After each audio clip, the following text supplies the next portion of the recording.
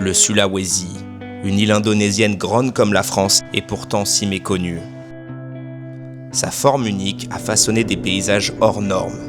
Montagnes, savanes, jungles, forêts tempérées, volcans, plages paradisiaques et cascades en tout genre.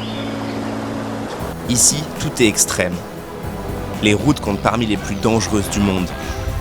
Ça va être chaud là, à passer ça. Sous l'eau s'étend le deuxième plus grand récif corallien de la planète.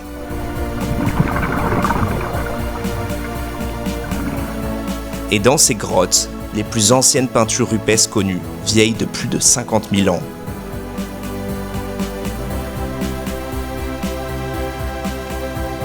Pendant les 4 prochains mois, je vais explorer cette île en solitaire en utilisant uniquement des transports locaux. Bienvenue sur les routes du Sulawesi.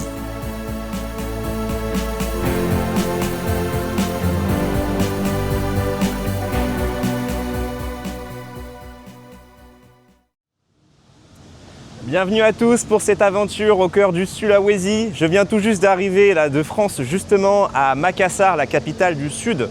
Et donc, comme toute première activité, je vais me rendre au centre de Makassar au niveau de la mosquée des 99 dômes, qui est d'ailleurs juste là, je vais vous la montrer. Et c'est l'un des endroits les plus connus de Makassar, donc on va voir comment ça rend. Mais déjà d'ici, c'est vraiment sympa. Et c'est vrai que j'ai vu pas mal de mosquées, mais des mosquées avec des formes comme ça, c'est la toute première fois.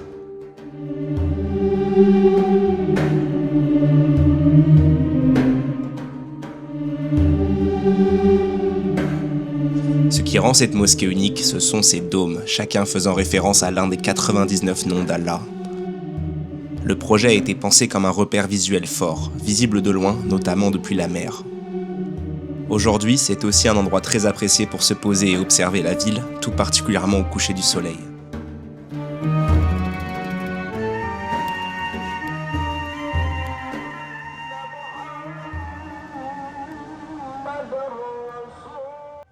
Parlons maintenant un petit peu de Makassar. Il s'agit donc de la ville la plus peuplée du Sulawesi avec plus de 2 millions d'habitants et qui a connu une forte croissance démographique sur les 20 dernières années, notamment due aux politiques du gouvernement indonésien. Et on est situé donc en fait tout au sud-ouest de l'île, ce qui veut donc dire que le reste de l'île n'est pas laissé certes à l'abandon, mais on va dire est beaucoup en retrait, beaucoup moins connu auprès des Indonésiens. Et puis Makassar, même de manière générale, est très peu touristique. D'ailleurs, je me suis rendu compte que sur le YouTube francophone, presque personne, voire personne en fait, ne parle du Sulawesi, à l'exception de 1 ou 2 spots qui sont très touristiques, et ce n'est pas du tout le cas de Makassar. Depuis que je suis arrivé là, j'ai croisé un touriste à l'aéroport, et puis c'est tout. Sur la route, globalement, les gens s'arrêtent et sont même étonnés de voir un blanc. Ils se demandent qu'est-ce que je fais là.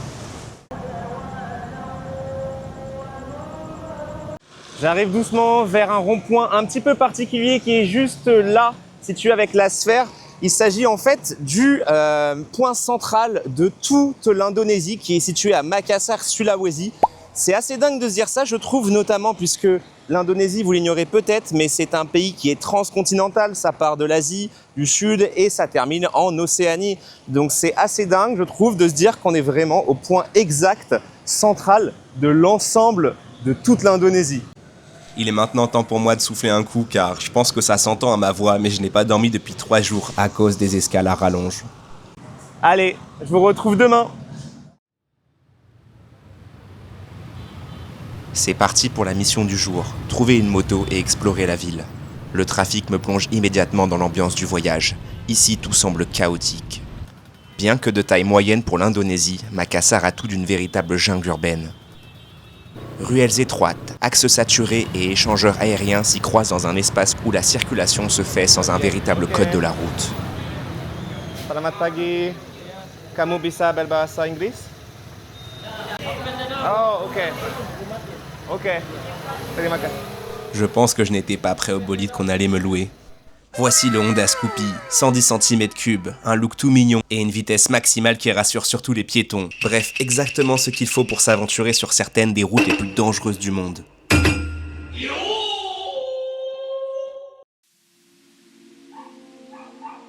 Maintenant que je suis motorisé, il est temps d'explorer la ville autrement et d'en apprendre davantage sur son histoire. Historiquement, Makassar a été très influencé par différents peuples, mais notamment le peuple chinois et les Chinois du Sud, qui étaient un peuple commerçant aux alentours du XVe siècle. Et donc, il y a eu beaucoup de commerce à cette époque-là avec la ville de Makassar, ce qui fait qu'il y a encore beaucoup de restes. Il y a des gens d'ethnie chinoise, il y a beaucoup de bouddhistes pratiquants, chose qui est d'ailleurs assez rare en Indonésie, puisque Bali, c'est hindouiste et non bouddhiste. Et donc, c'est assez intéressant de voir ce mix. Donc vous avez à la fois de la nourriture chinoise, mais vous avez également plusieurs temples et voilà, une gastronomie qui est vraiment fortement influencée par tout ce qui est la nourriture du sud de la Chine.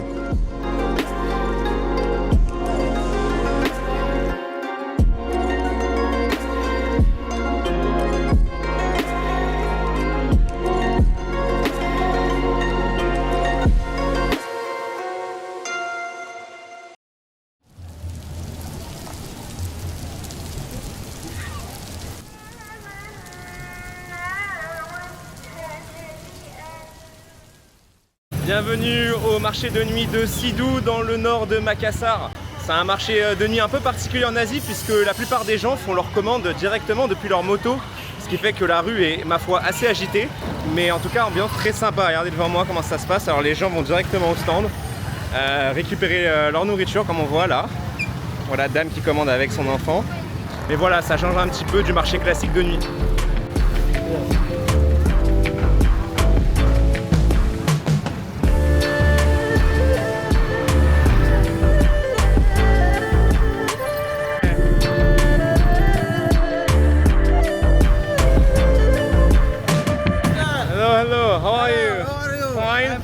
Yeah. Yes. You. Kamu nama? Ideal. Aidil? Yeah, you. Nama saya T. T. Saya orang Francis. Prancis. Mbappe. Mbappe. Dan kamu? Makassar. Makassar? Di Pasar Cido. Oke. Kuliner malam. Ya. Oke.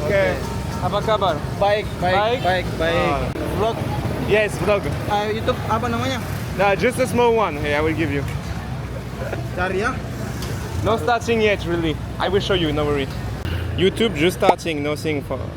Oh. No subscriber here. Oh, no subscribe. Yeah, just starting. Okay. Yeah. Baby fish? Yes. Ok.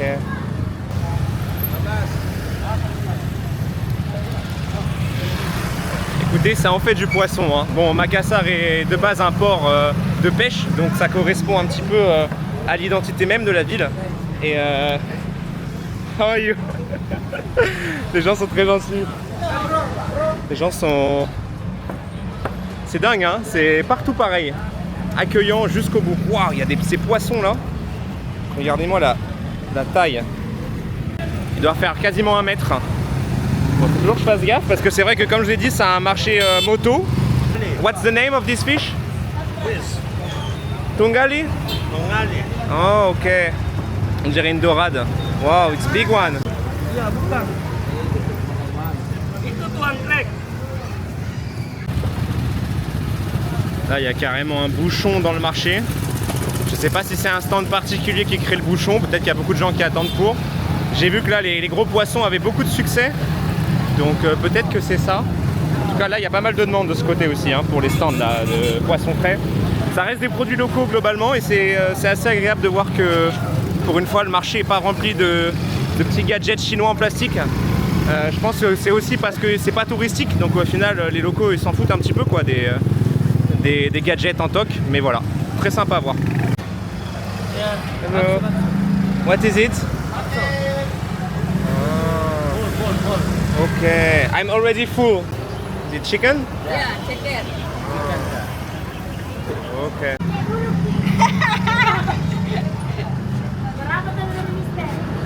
Yeah.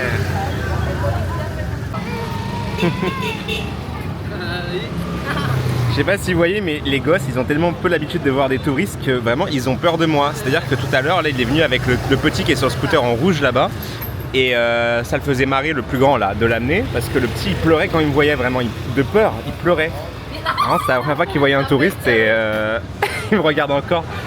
Et c'est pas la première fois que ça arrive, vraiment. Il y a des petits qui, quand ils te voient, ils pleurent.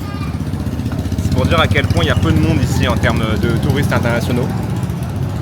C'est assez fou.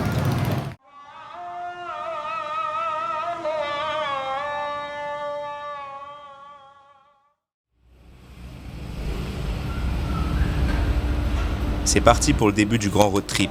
Première destination, la petite ville de Malino, située à 1300 mètres d'altitude. C'est le moment de tester les aptitudes de conduite de mon petit scooter. La première heure est plutôt distrayante malgré le trafic. Tout comme de nombreux pays d'Asie du Sud, les Indonésiens ont l'habitude d'utiliser leurs scooters comme couteau suisse sur roue et ça donne des scènes plutôt improbables.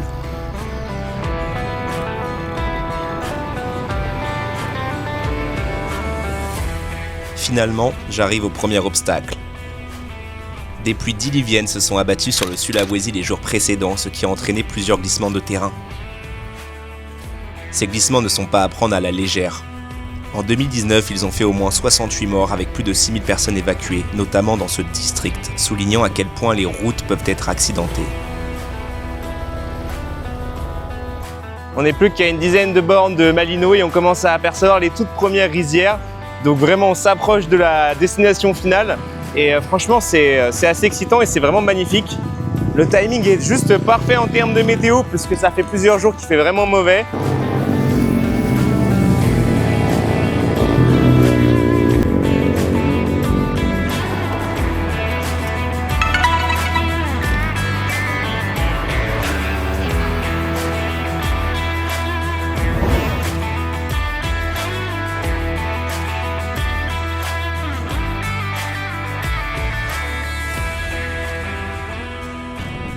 La température baisse doucement en arrivant à Malino et le paysage change également. On découvre une végétation plus variée qui nous rappelle nos régions tempérées. Beaucoup de gens profitent de ce premier vrai jour de soleil pour venir camper. Malino est en effet un spot nature assez prisé par les habitants de Makassar. À quelques kilomètres d'ici se trouve d'ailleurs le plus haut sommet du Sulawesi, le mont Rante Mario qui culmine à 3478 mètres.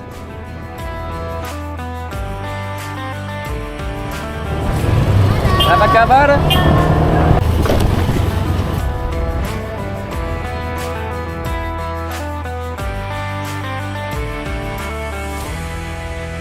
Les amis, bienvenue dans la ville de Malino, notamment connue pour les tentatives de négociation qu'il y avait eu à l'époque en 1946 entre les Néerlandais et les autochtones pour savoir si l'Indonésie allait devenir un État confédéré ou si vraiment l'Indonésie allait tenter et proclamer son indépendance.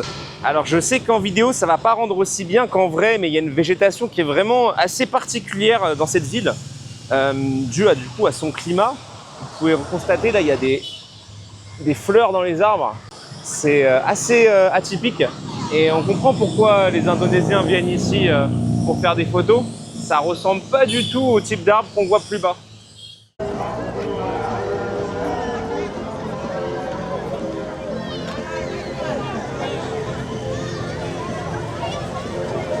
Ça pourrait sembler banal comme paysage, mais visiblement c'est ça qui les fait kiffer les Indonésiens.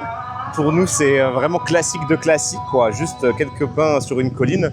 Et juste à côté il y a ce que pour moi en tout cas je trouve beaucoup plus intéressant, mais c'est vrai que pour eux c'est super commun. Il y a une jungle dense avec pas mal d'espèces qu'on retrouve qu'en altitude. Mais bon, pour eux c'est un peu la vie courante en termes d'espèces. Donc ça les intéresse pas tant que ça. Mais tant mieux, ça veut dire qu'il y aura très peu de monde sur les spots où je vais aller. Du moins, j'espère, puisque je n'ai croisé jusqu'alors aucun touriste. Et les locaux sont assez surpris de me voir. C'est déjà la 3e fois qu'on me demande de prendre des photos. Il est maintenant temps d'aller visiter les spots naturels aux alentours de cette petite ville. Il y a une règle qui dit que lorsqu'on arrive au meilleur moment de la journée, c'est toujours là où il n'y a plus de soleil. Est-ce que vous y croyez ou pas à cette règle? En tout cas, elle se confirme aujourd'hui. On arrive à Air Terjun, la principale. Donc Air Terjun, ça veut dire en fait cascade en indonésien. Excusez-moi pour mon accent qui est très mauvais. Et c'est une cascade qui a un sacré débit, très sérieusement. Je vais afficher le nom juste ici. Et donc elle se situe à environ 15 minutes de Malino.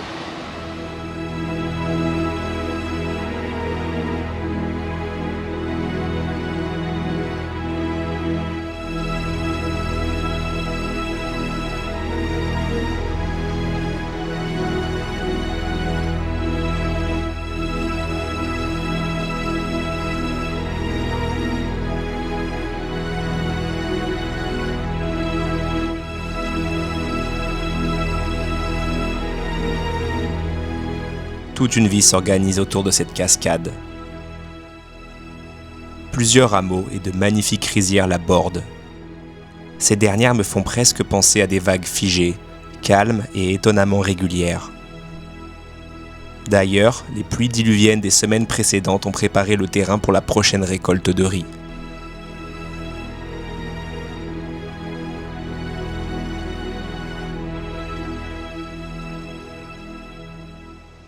Je trouve ça assez fou de se dire qu'il y a une retombée permanente de petites pluies fines dues à cette cascade dans tout le hameau qui est juste en dessous.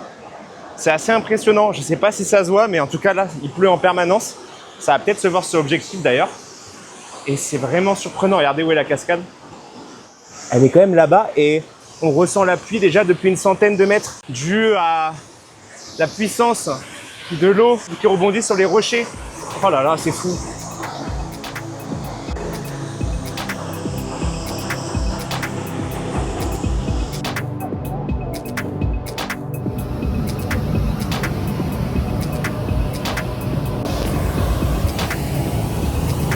Je sais pas si vous m'entendez, je suis clairement dans le nuage, là on voit plus rien. C'est brouillard irlandais.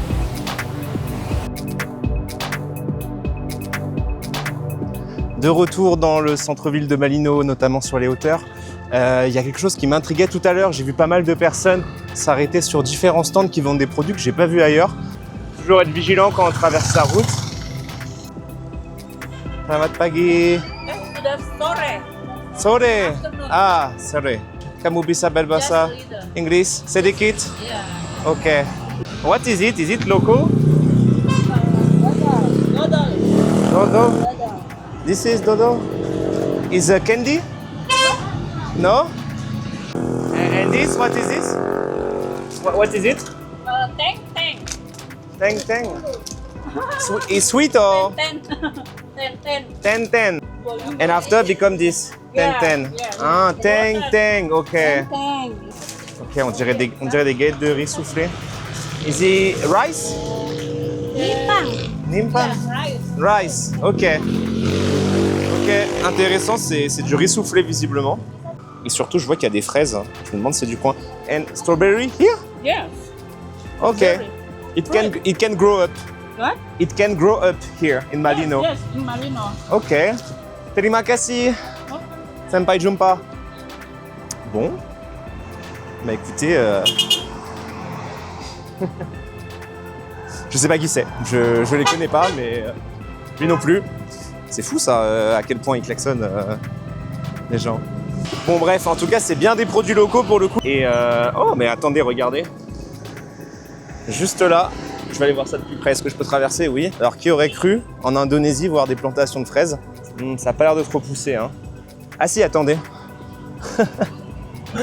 Bon, c'est vraiment pour la conscience, hein. C'est pas non plus des fraises qui ont l'air d'avoir une super bonne tête, mais je sais que pour les Asiatiques, c'est quand même assez exceptionnel. Ça me rappelle Dalat au Vietnam, où c'est pareil.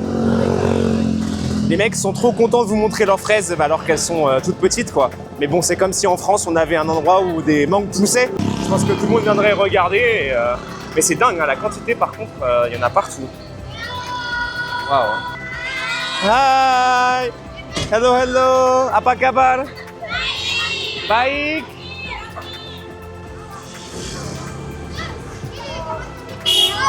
Can I film? Is okay? Oh, yes? Okay. Wait, is tang? Yes. What is it inside? Made from peanut and palm sugar. Oh, peanuts, palm sugar. Okay, so it's very sweet. Yes, Sweet. would you like to try something? Yes. It will be a pleasure, yes? Which one you recommend me? This one? Yes. Yes? Okay, let's see. Bon, ben on va tester ça, hein. Is it from Malino? Yes, from Malino. Malino, okay. And dari mana kamu? Malino. Dari hatimu.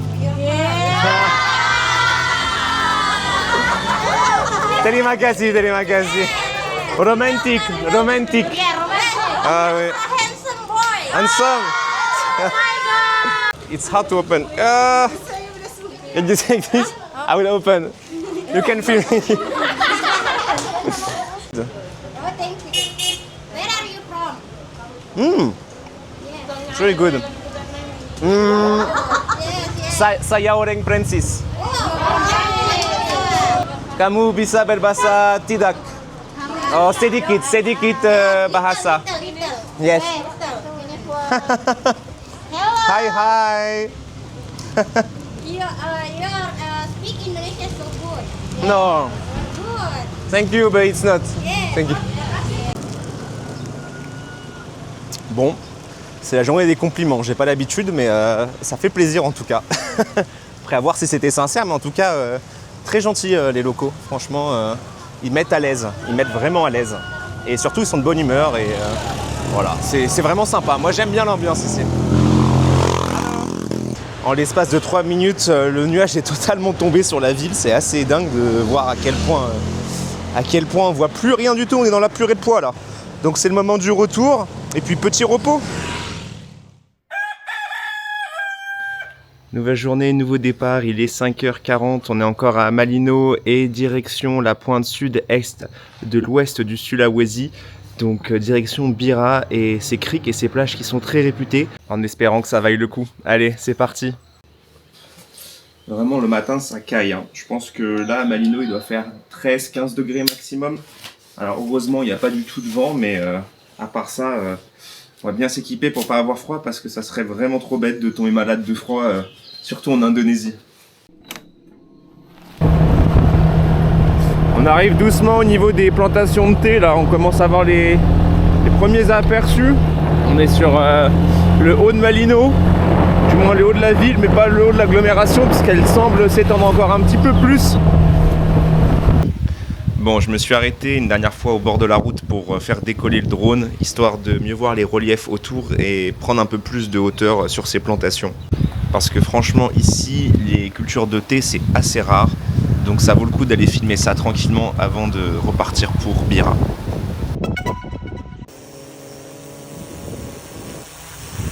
On se rend pas compte à quel point Malino c'est grand. C'est vrai qu'en arrivant, tu te rends pas forcément compte vu que tu longes la route principale. Et finalement la ville s'étend quand même beaucoup sur pas mal de pans de montagne. C'est assez surprenant. La seule chose c'est que comme il n'y a pas de vrai centre-ville dense, on a une sensation de petit village. Mais en fait c'est vraiment une ville. Ah, il semble même y avoir un jardin aménagé avec d'autres espèces de plantes. On dirait presque de la vigne. Alors dites-moi si je me trompe, mais j'ai l'impression que ça en est. Ça m'étonnerait pas tant que ça à cette altitude, étant donné la météo, mais le nombre d'heures de soleil par jour est pas non plus très élevé, donc c'est un peu étonnant. Bon, en tout cas, ça a l'air d'être plus de la décoration que de la vraie utilisation de terrain agricole, mais c'est toujours bon à prendre.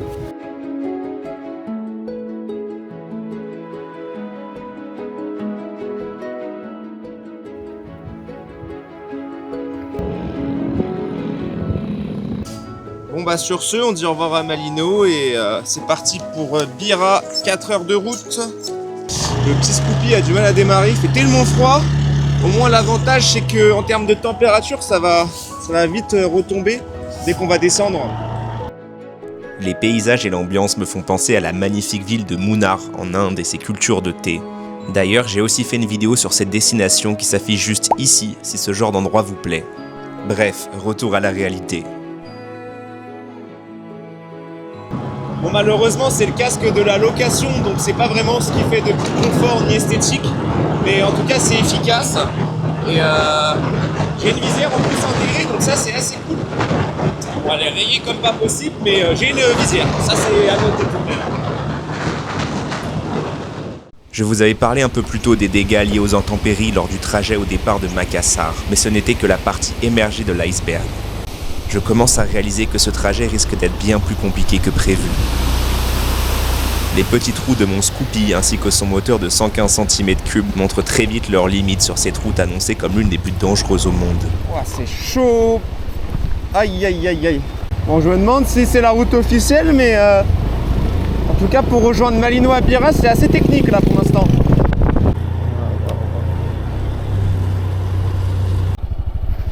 Punaise, ça va être sport là. Hein. J'ai vu mon pot d'échappement. L'échappement il devrait pas toucher normalement.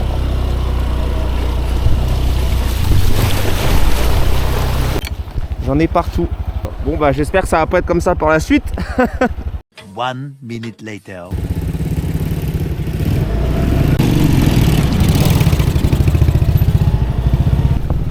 Voilà, là, là, là, là.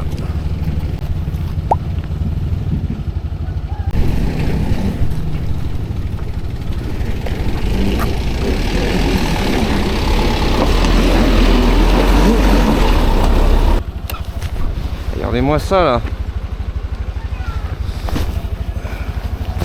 Alléluia, une bonne route. Let's go.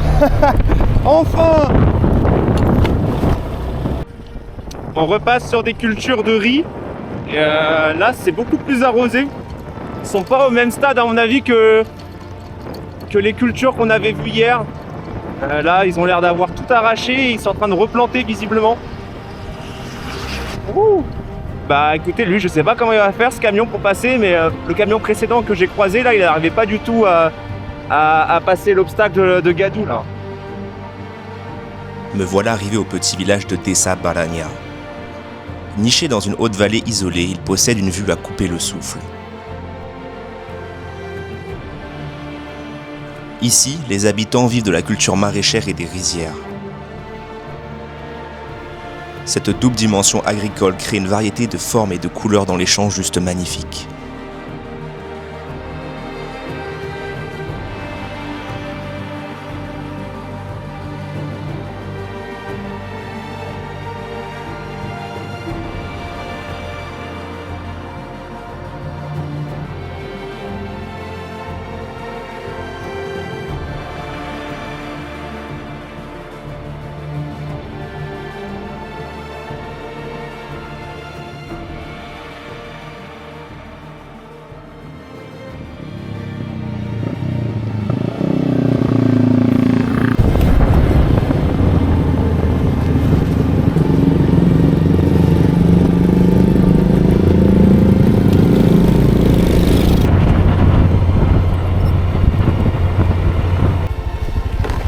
Ça, c'est le résultat de la petite tempête qu'il y a eu il y a quelques jours de ça.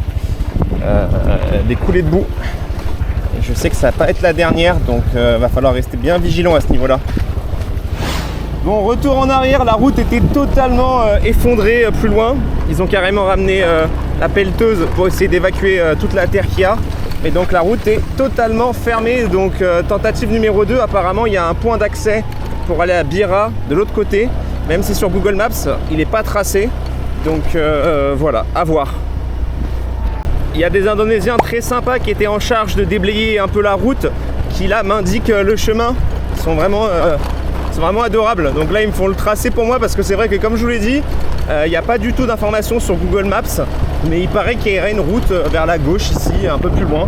Heureusement que j'ai appris quelques mots d'indonésien parce qu'en plus, il n'y a pas internet, donc Google Traduction ne fonctionne pas.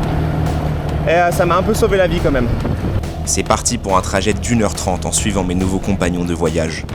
On s'engage sur des routes de montagne totalement chaotiques, mais c'est aussi ce qui va rendre ce trajet définitivement mémorable.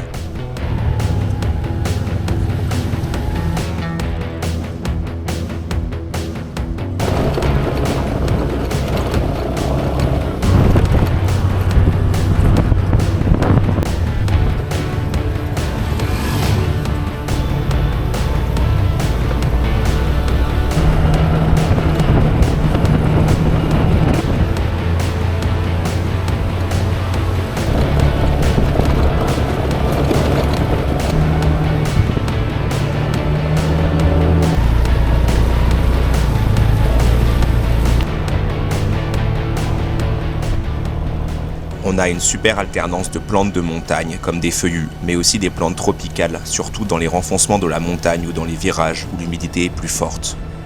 Au total, il y a plus de 3000 espèces végétales recensées dans la région de Malino, dont environ 300 endémiques, c'est-à-dire qu'elles n'existent qu'ici. Ça en fait donc l'une des zones les plus diversifiées en termes de flore. Lorsque je trouve le temps de relever la tête des trous de la route, j'aperçois de nombreux agriculteurs qui font sécher leur récolte de riz directement sur cette dernière. Il s'agit en effet de l'une des rares zones plates des villages.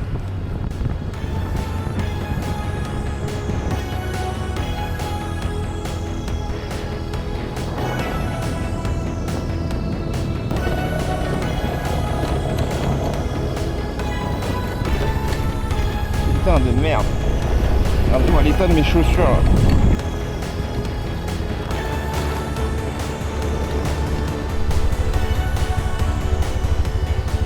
Bon allez, c'est reparti. Je suis toujours les mecs devant, mais c'est technique, hein. Ils vont super vite en plus à l'indonésienne. J'ai pas eu le temps de filmer une seule fois, là je me suis arrêté, je me suis permis un peu. Donc je vais essayer de les rattraper, de toute façon c'est le seul axe visiblement. Et il est même pas cartographié sur Google Maps, c'est pour vous dire. Oh putain, la tête du truc. Allez, vas-y. Ah, le scooter il est au bout de sa vie là. Je suis déjà parti en dérapage. Mais tout va bien. En tout cas, heureusement que j'ai mis les gants de protection qui sont coqués. Parce que là, je vous dis que si je tombe, ça va faire mal. Heureusement que j'ai ces protections. J'ai un pantalon, manche longue. Hein. Si j'étais vraiment t-shirt, claquette, là, ça aurait été terminé déjà depuis un moment. Surtout quand on voit l'état de mes chaussures. J'aurais déjà perdu une claquette dans la bouche, je pense. Oh. C'est fou là, vu qu'il y a, je sais pas si vous voyez là, le vide à côté. De l'autre côté, c'est pareil, il y a une crête. Alors là, il y a un petit pan de montagne, mais juste derrière, c'est à nouveau la redescente avec une autre vallée. Tout à l'heure, on était sur la crête. Ça rendait très bien. Alors, ils sont où? Parce qu'en plus, ils foncent. Ils sont là-bas. Ok. Voilà, là. Je glisse, même mes pieds sur le scooter glissent. Vu que je suis plein de boue. Bon, le sac, clairement, il va falloir le laver. Ça, c'est sûr et certain. Mais c'est pas le plus important. Le plus important, c'est pas d'accident. Allez, ça redescend, c'est parti. Alors la descente, c'est ce qu'il y a de plus dangereux en moto, hein. Pour ceux qui ne connaissent pas trop, enfin en tout cas en deux roues, c'est pas une moto que j'ai, mais vous avez compris.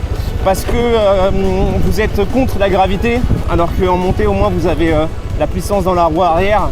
Puis si vous glissez un petit peu, c'est pas très grave. En descente, c'est très compliqué à récupérer. Surtout que moi, mon frein arrière, là, je sens qu'il est un peu au bout. Je suis quasiment au max à chaque fois. Il y a des moments où je suis obligé de utiliser le frein avant, et le frein avant, ça craint vraiment dans les bosses. Oui, de la route. Officiellement de la route goudronnée. Goudronnée, ouais, ça fait du bien. Je crois que je vais faire un chant à la louange de la route goudronnée. Vraiment là, je suis au bout de ma vie. Je pourrais accélérer pour essayer de rattraper les autres. Il y avait des rizières, mais incroyables à droite. Vraiment, c'était l'une des plus belles vues possibles. Mais je devais rester concentré sur la route malheureusement. Et voilà.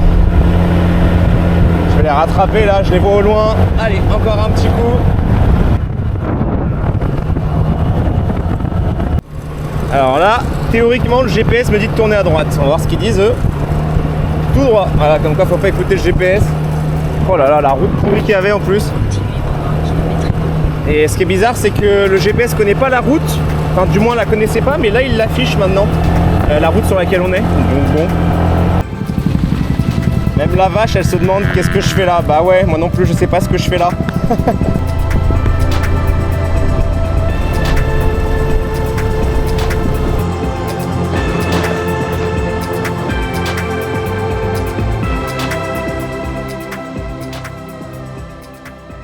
Bien arrivé dans une ville qui fait la jonction avec la côte et Bila. Les deux personnes qui m'ont aidé sur tout le chemin, en fait, je me suis rendu compte à la toute fin, ils m'ont déposé ici, qu'eux, ils sont repartis dans l'autre sens. Ce qui veut dire, en fait, qu'ils m'ont accompagné, voilà, gentiment sur tout le chemin, surtout que ça fait plus d'1 heure de route. Mais voilà, en tout cas, c'est pour vous dire à quel point les gens sont sympas.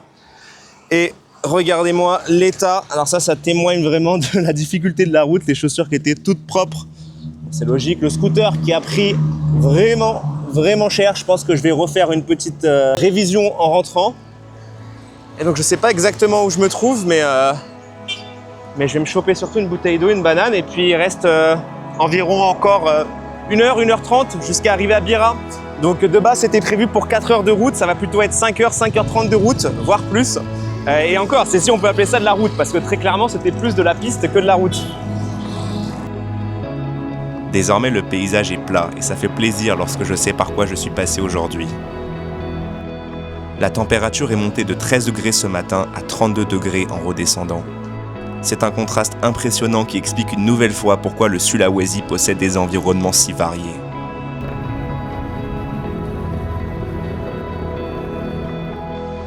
Enfin arrivé à Bira sur la pointe sud-ouest du Sulawesi, franchement ça fait plaisir, c'est très beau et surtout on a pris au moins 4 ou 5 degrés en température. En tout cas Bira c'est très connu pour sa côte qui est assez escarpée.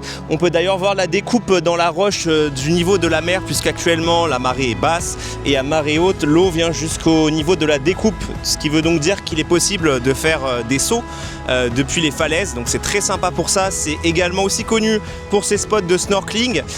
Petite pause car il faut que je prenne le temps de vous dire que c'est également un super spot de plongée car il y a pas mal de beaux poissons comme des raies mais surtout beaucoup de requins.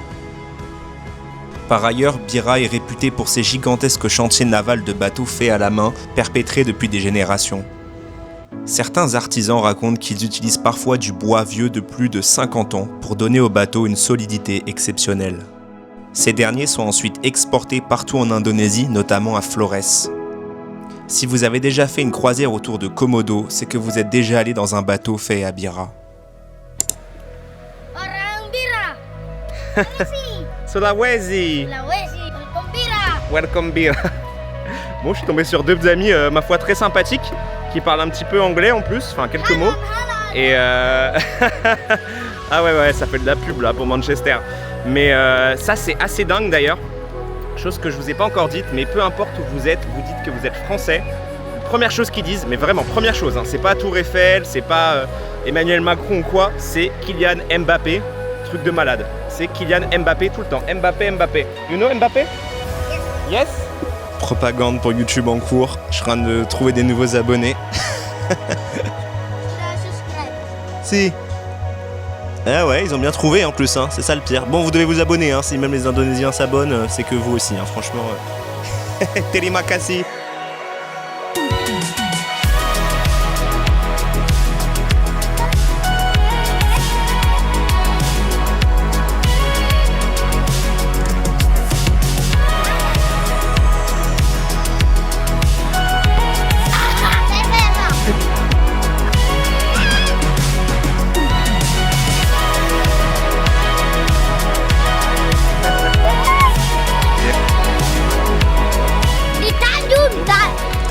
Tanjung Bira Gacor.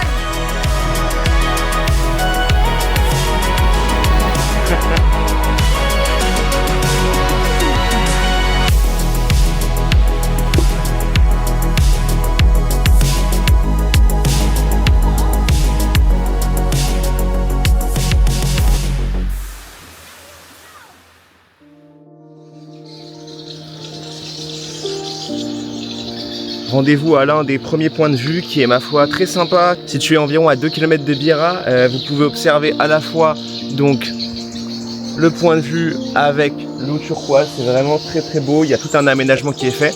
Mais également ce que je remarque, quelque chose qui n'était pas noté, des espèces locales vraiment magnifiques, il y a des papillons qui font la taille de ma main, c'est assez impressionnant.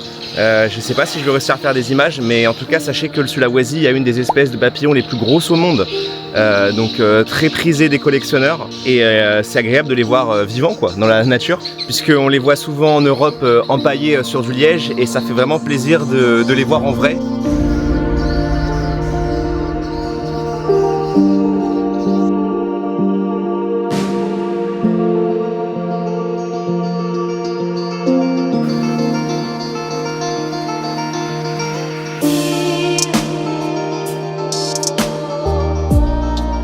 Honnêtement, est-ce qu'il n'y aurait pas un petit peu une vibe Normandie des tropiques? Moi je trouve en tout cas, et l'eau est vraiment très belle. Alors elle n'est pas pure au niveau de la transparence, mais elle est légèrement laiteuse, ce qui lui donne cet aspect beaucoup plus clair, presque vers un vert bleu cassé, qui est très beau. Après à voir si au niveau snorkeling on voit quelque chose, mais bon, globalement la visibilité reste bonne, hein. C'est juste qu'il y a une sorte de petite teinte laiteuse qui est assez intéressante à voir. Mais en tout cas c'est très mignon et je vous conseille vivement, sachant que l'entrée c'est 5000 roupies indonésiennes, donc ça vous fait à peu près 20 centimes, et sincèrement pour l'aménagement du site ça vaut vraiment le coup. En plus si vous n'avez pas de drone, vraiment ce spot est parfait puisque vous avez un emplacement, c'est exactement ce que j'ai vu un peu plus tôt en filmant. Bon, il faut aussi que je vous parle de l'envers du décor en Indonésie, malheureusement c'est la pollution plastique. Actuellement je suis sur une plage qui est très paradisiaque, toujours à Bira, et Il y a des dépôts de plastique malheureusement assez fréquents qui se font. Alors c'est soit des reflux de la mer, donc ça pas forcément de la faute des locaux pour le coup, c'est de la faute plus du trafic maritime ou des pêcheurs. Mais ça peut être aussi les gens qui jettent du plastique tout simplement. Ils sont assez peu sensibilisés là-dessus. Et c'est le gros point noir qu'on vous montrera pas forcément. Alors je trouve que le Sulawesi, pour avoir fait d'autres îles en Indonésie, reste, je ne vais pas dire épargné, mais c'est dans une moindre mesure par rapport surtout à Bali et Lombok. Lombok, qu'est-ce que c'était pollué? Alors c'est magnifique, hein, mais c'est assez triste à voir. Après, difficile de les juger, mais c'est vrai que c'est dur. Et encore ce matin, j'ai repris des enfants là qui étaient au port et qui jetaient du plastique dans la mer. Donc je sais que c'est des locaux, que c'est chez eux, mais ça me semblait tellement lunaire comme situation que je me suis permis quand même de les reprendre en espérant voilà, que ça ne crée pas un mauvais contact entre les touristes et les locaux.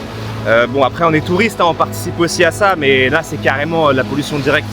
Et vous pouvez voir que là où je marche, j'étais sur une portion de plage vraiment très sympa juste avant. Là je suis vraiment sur une zone qui est particulièrement polluée de Bira. C'était quand même pour vous montrer ça. Après, tous les endroits ne sont pas comme ça. La plupart des endroits sont très beaux et préservés, mais avec les courants marins, vous voyez qu'il y a des endroits où ça s'accumule. Et en fait, vu que personne ne fait rien pour nettoyer, eh bien ça reste et ça vient se placer sur le rivage. Là, je valide carrément petit filet de volet local avec, on dirait, du filet de pêche au bord de la falaise. Qu'est-ce que c'est comme... Ouais, on dirait bien du filet de pêche. Ah bah oui, regardez. Il a été repris en plus plusieurs fois ce filet. Et finalement, ils s'en sont servis en récupération pour un filet de volet. Donc vous voyez, juste avant, hein, je vous parlais de la pollution plastique générale. Mais voilà, ça ne veut pas dire pour autant que c'est le cas pour tout le monde. Il y en a certains qui recyclent vraiment jusqu'au bout. Et c'est agréable de voir ça. Et en plus, ça donne un certain charme au filet. Bon, c'est sûr qu'il n'est pas tout droit, hein. Je suis pas sûr que la fédération valide ça pour un match officiel, mais au contraire, ça lui donne justement ce petit charme en plus. Est-ce qu'on serait quand même pas à Nusa Penida là, avec toutes ces rocs et ces falaises? Franchement, on pourrait y croire, hein. S'il y avait un petit peu moins de pollution plastique, bon ça reste correct globalement, mais surtout s'il y avait beaucoup plus de touristes, là on se croirait à Nusa Penida. Mais en l'occurrence, Bira reste très préservé du tourisme et c'est particulièrement agréable. J'ai croisé un étranger depuis que je suis arrivé, c'est pour vous dire. Et les locaux sont assez surpris encore. Je pense que c'est vraiment du tourisme émergent globalement. Alors il y a du tourisme local, hein, pas mal de personnes qui viennent de Makassar en week-end ici. Mais ça reste encore assez rare.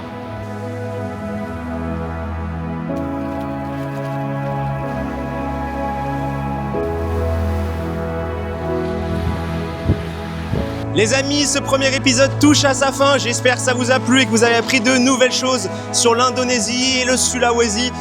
Pour ma part, j'ai adoré et tout particulièrement le trajet entre Malino et Bira que je recommande vivement, même si l'accès est assez compliqué. La vue était juste magnifique. Enfin bref, on se retrouve dans quelques semaines pour le deuxième épisode, cette fois-ci un peu plus au nord. On va tranquillement se diriger vers le pays Toraja. Allez, je vous dis au revoir, ciao!